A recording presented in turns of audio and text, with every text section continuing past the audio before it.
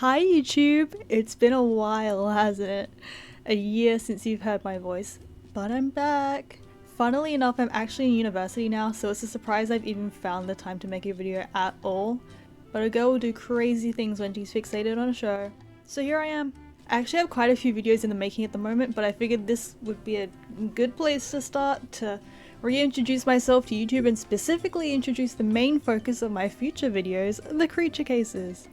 This is my favourite TV show and has been for a few years now, even in the background of some of my other fixations like Rantaro and object shows.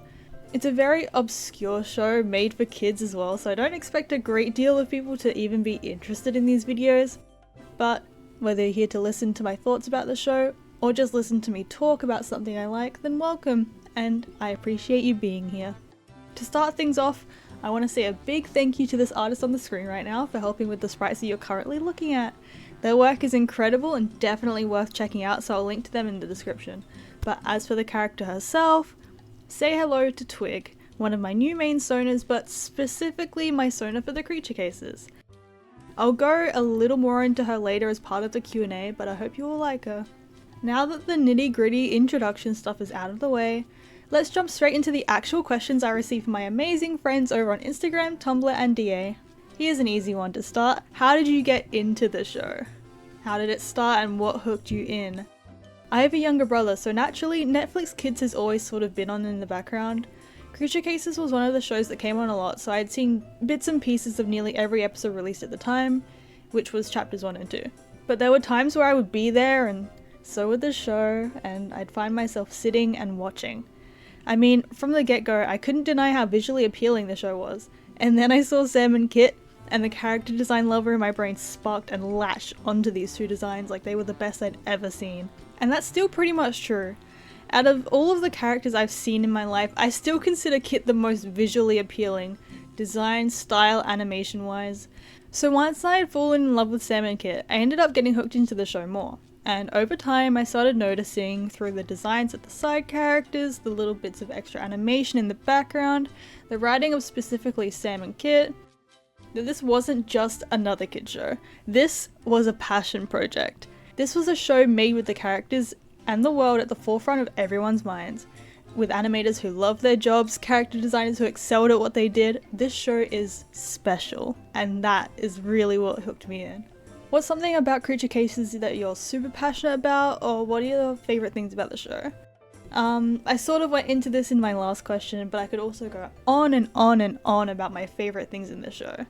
So I'll try and condense them into a list. Number 1, Sam and Kit, just everything about them. Designs, personalities, interactions, relationship, voice acting, literally everything. 2, the character designs of basically everyone. And along with that, the character dynamics. Number 3, the writing. How it isn't dumbed down for kids and it feels more just like watching Sam and Kit's lives than being talked through animal facts.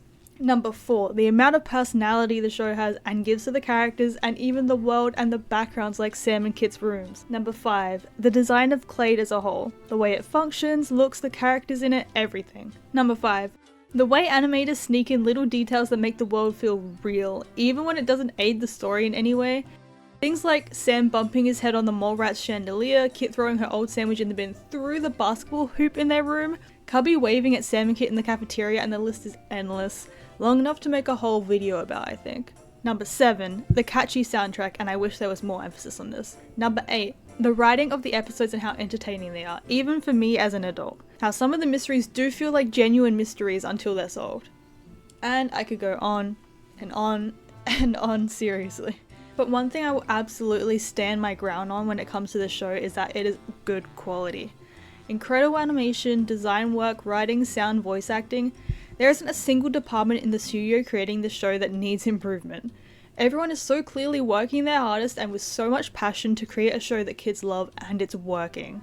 This isn't Cocomelon slop, this is art. And if someone of my age and interest is able to become this invested in the characters and the world, I think that should say enough about its quality. This show outdoes characters, design and writing wise, even amongst some shows that are more popular and considered for older ages in my opinion. It's so good. Top 3 favourite moments from the show. This one is almost an impossible question because what do you mean I could only pick 3? But I'll try my best. Number 3. Sam and Kit interacting with the mouse deer.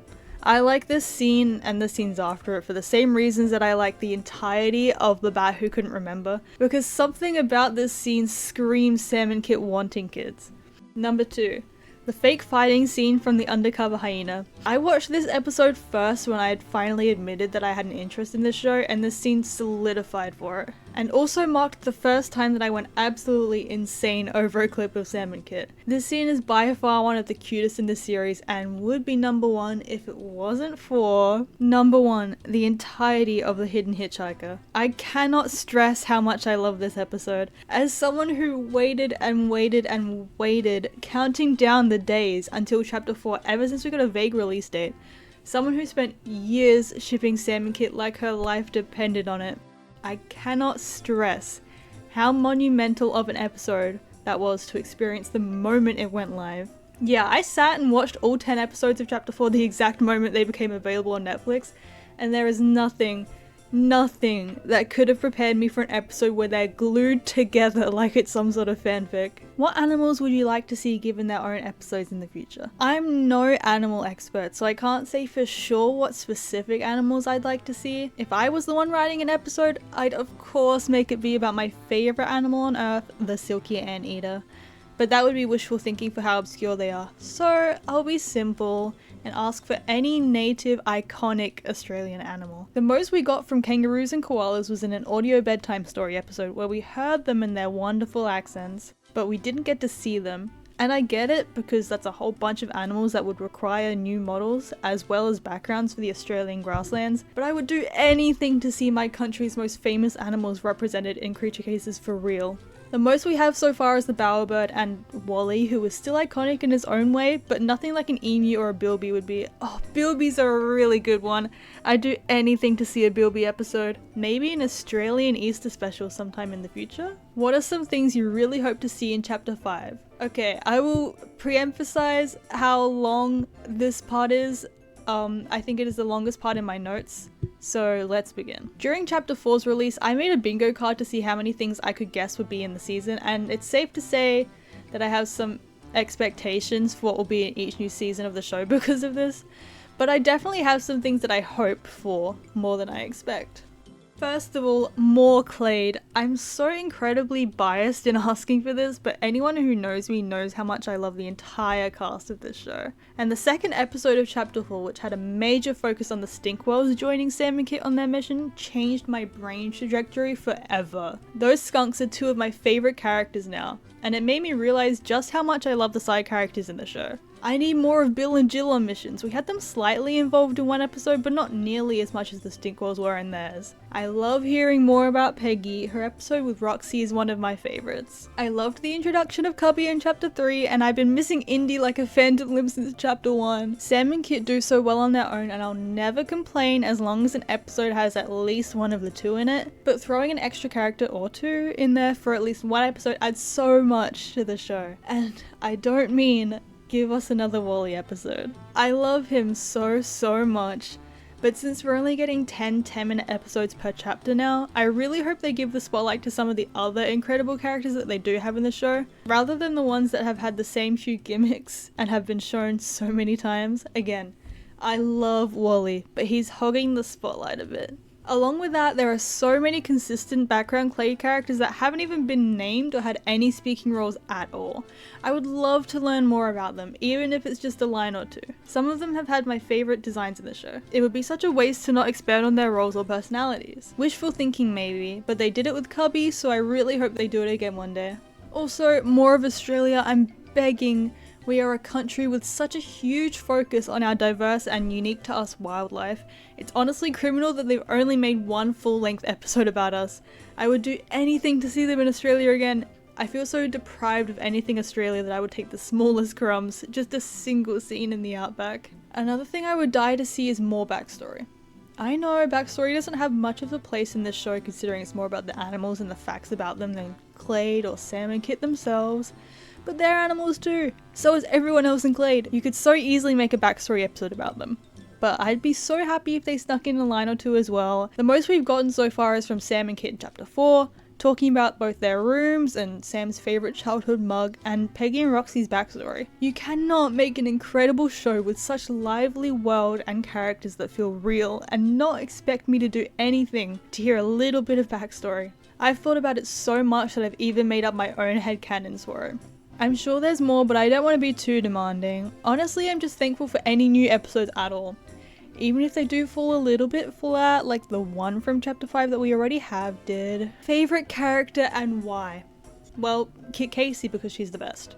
Okay, but seriously, she is the best. I sort of feel like if there had to be one main character between Sam and Kit, it feels like Sam, right? Sam, most of the time, if not all of the time, is seen as the more responsible in the right of the two. Not only that, but I feel like we see things from his perspective a lot of the time. There's a huge focus on him asking Kit what she thinks when he's figured out the mystery, as if he's guiding her through the plot. He is the detective after all. Kit's knowledge and skills are there to aid Sam's skills, to give more context to the clues that he discovers. And we even get a lot of shots specifically in chapter 4 from Sam's point of view, of how he sees Kit. So naturally, Sam is given a lot of attention from viewers and the writers. But Kit? She is so special. And hey, maybe I feel that way because we are directed to look at Kit from Sam's POV, and we all know how Sam feels about her. But she feels so real to me. I love how some of her character traits conflict with each other depending on who she's with. How she feels free to be her messy, gross self around Sam, and how she gets confident and teases him sometimes because she's so comfortable with him. How she's so childish and silly around the director, but how she can also be so mature and reasonable on missions. For example, when she's talking to a worried parent with a missing child, or even talking to a child. She has a lot of realistic qualities that make her feel like someone you could know in real life, a person that you could call a close friend even. And I think that's what makes her stand out so much to me. That and the fact that I think she's one of the most well-designed characters of all time. What are some other ships you like besides Snowcase? I'm not super ship heavy in this show, mostly because there isn't much opportunity for it with how little main characters they have. But besides the obvious, which is Sam and Kit, my two other favourites are easily Indy and Beatrice and Peggy and Roxy. I feel like both of them explain themselves pretty well. Peggy and Roxy's can be explained by the episode, and I just think Indy and Beatrice are cute. I definitely don't talk about them as much as I should though. What are the characters' favourite songs? I'm gonna try and be as realistic as possible for these, so I'll have to say, for Kit, That's My Girl by Fifth Harmony. She canonically loves loud girly pop music and I've always associated this song with her for some reason. For Sam, I'm not too into classical music, but realistically it'd be something classical. But if I were going a little outside of what the show has given us, I'd probably say She Chose Me by Bruno Major, or anything by him to be honest, but this one for no reason in particular. Peggy is Hot to Go by Chappelle Roan. No, I won't elaborate. The My Squad, as music artists themselves, I think they'd have exquisite taste. That being said, anything by Daft Punk. I mean, the comparison speaks for itself, but Around the World specifically is literally designed for them in every single way. Hans is No Sleep by Toybox. I associate a lot of these with Hans and or Twig, but I think this one he would genuinely vibe to. Harold is Pancake Robot by Parry Grip. I've never been so sure of a guy that would love Parry Grip more than Harold. Wally's is Haven't You Noticed I'm a Star by Steven Universe. It just seems like the kind of thing I can imagine him singing to. And do you have any songs in mind that remind you of your favourite characters or favourite ship? Well, I did a little bit of that in the last one, but I will shamelessly plug my Spotify playlist where I have a lot of songs that remind me of each character in it. Of your top 10 favourite characters, who do you think is most likely to win a fight? Okay, for this one I have to decide who my top 10 favourite characters are. I'll make a chart real quick, and there. This is my top 12 purely because I didn't want to leave some of my favourites out. But looking at this, it's really no surprise that it has to be between the people who are experienced in their field. Sam and Kit, Peggy, Roxy, and even Philip are good contenders. But Peggy has years of experience over Sam and Kit, so she wins against them. Philip is mostly just a detective and is probably not as agile, so he's ruled out, which leaves none other than Peggy and Roxy. And given it took Peggy years to even be able to track down Roxy in the first place, it might have to go to her. She was super agile in managing to get away, so I wouldn't be surprised if she's a better fighter, and that's not even taking into consideration her biological advantages that she has being a raccoon against a chicken. This should mean that Sam has a chance, and he probably does, but again, we haven't seen much of their fighting training at Clade, and I wouldn't be surprised if they were taught more self-defense than attacking, which you'd think an active thief like Roxy would be good at. So that's my verdict. Favorite headcanon about any character? Well, it's impossible for me to choose a favorite out of the many I have, so I'll just go with my honorable Kit likes her coffee bitter headcanon that I made before watching The Secret of the Salt Cave, where they basically confirmed it. But I do have to mention my family headcanons for Sam and Kit. Sam is such an only child who lived with a protective mother growing up, and Kit is absolutely the only daughter in a family of 5 other brothers. I won't be swayed otherwise. Favorite character designs? This is another impossible question because the show excels in character designs, and the list of my favorites is probably longer than the amount of questions in this list, so I'll just put a few of my favorites on the screen so that you can look at them. Now, we're in the Twig section of questions, where I'll talk a bit more about this new Sona that you'll see around more often. She shares a lot of traits with me, but is also her own character at the end of the day, so a lot of her story isn't totally accurate to me. Where did you get your inspiration for Twig? I've always been a fan of the classic dog ears are their hair character design phenomenon in things like Disney movies and Animal Crossing, so I thought it would be fun to create a character based on that premise for creature cases. I chose a poodle because it meant that I could give her some fun colours like pink, and everything else sort of just followed the design. Some of her traits are inspired by myself in my own life, but a lot of things, like her job as the promotional manager of Clade, came from just watching the show and matching her design to a suitable job. Where did you get the name Twig from? With a lot of my Sonas, I try to name them something similar but not the same as Tweek. I've had characters called Tweezers and Squeakers, for example, but this time Twig was just the first one that came to mind, and as silly as it is, I think it's grown to suit her. It's not unlike dogs to be given silly names as well, so it seemed fitting enough. Her last name is also a result of just a random thought. Petra, her full name is Twig Petra, and funnily enough, I didn't realize until after I had officially named her that Petra just means rock in Greek, so her full name is Twig Rock.